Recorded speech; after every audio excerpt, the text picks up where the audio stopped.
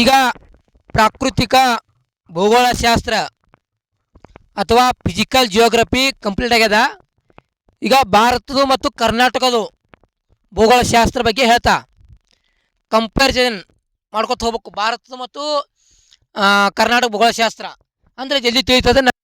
ನಾ ಈಗ ಕಂಪ್ಯಾರಿಸನ್ ಮಾಡ್ಕೊಂಡು ಹೋಗ್ತಾ ಭಾರತ ಏನು ಕರ್ನಾಟಕದೇನು ಹಿಂಗೆ ಕಂಪೇರ್ ಮಾಡ್ಕೊತೀನಿ, ನೀವು ಕಲಿಬೋದು. ಈಗ ಭಾರತ ಭೂಗೋಳಶಾಸ್ತ್ರ ಏನೇನು ಹೇಳ್ಬೇಕಂತಲ್ಲ ಹೇಳ್ತೀನಿ. ಯಾವ ಸಬ್ಜೆಕ್ಟ್ ಅಂದ್ರೆ ಭಾರತ ಮತ್ತು ಕರ್ನಾಟಕದ ಸ್ಥಾನ.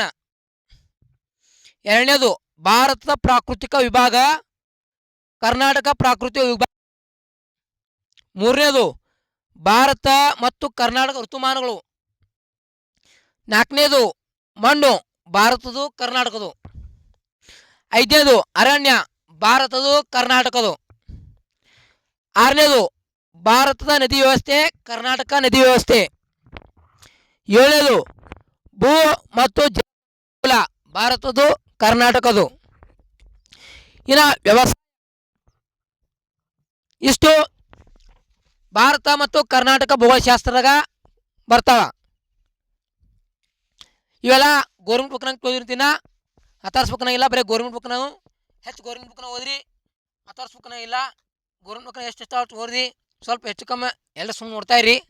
ಗೋರ್ಮೆಂಟ್ ಬುಕ್ಕೆ ಸ್ಟ್ಯಾಂಡರ್ಡ ಎಲ್ಲ ಕೊಟ್ರ. 11, 12ನೇ ಬುಕ್ ಓದ್ರಿ. ಎಲ್ಲ ಸಿಲೆಬಸ್ ಓಡ್ ಕೊಟ್ಟಿರ್ತಾರೆ. 10th 7, 6ರಿಂದ 12 ತನಕ ಓದಿದ್ರೆ ಉತ್ತಮ. ನಾ ಎಲ್ಲ 6ರಿಂದ 12 ಬುಕ್ನ ತೊಂದಿರ್ತೀನಿ. ಹೇಳಿದ್ರೆ ಹೆಚ್ಚು ಕಮ್ಮಿ ಆಗಿರ್ತವ ಜರ ನೀವು ಕ್ಷಮಿಸಬೇಕು. ನಿಮಗೆ ಕೆಳಗೆ ಅನಿಸ್ತಂದ್ರೆ ಕೇಳ್ಬೋದು, ಇಲ್ಲ ನಂಗೆ ಕೆಳಗೆ ಅನಿಸಿಲ್ಲ ಅಂದ್ರೆ ಓದಂಗೆ ಅನಿಸ್ತಂದ್ರೆ ಡಿಸ್ಕ್ರಿಪ್ಷನ್ದಾಗ ಕೊಟ್ಟಿರ್ತೀನಿ. ಡಿಸ್ಕ್ರಿಪ್ಷನ್ದಾಗ ಹೋಗಿ ನೀವು ಓದ್ಬೋದು.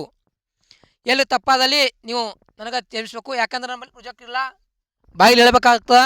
ಏನು ಮಿಸ್ಟೇಕ್ ಆಗ್ತದೆ ಹೇಳಲ್ಲ ಗೊಂಜರ.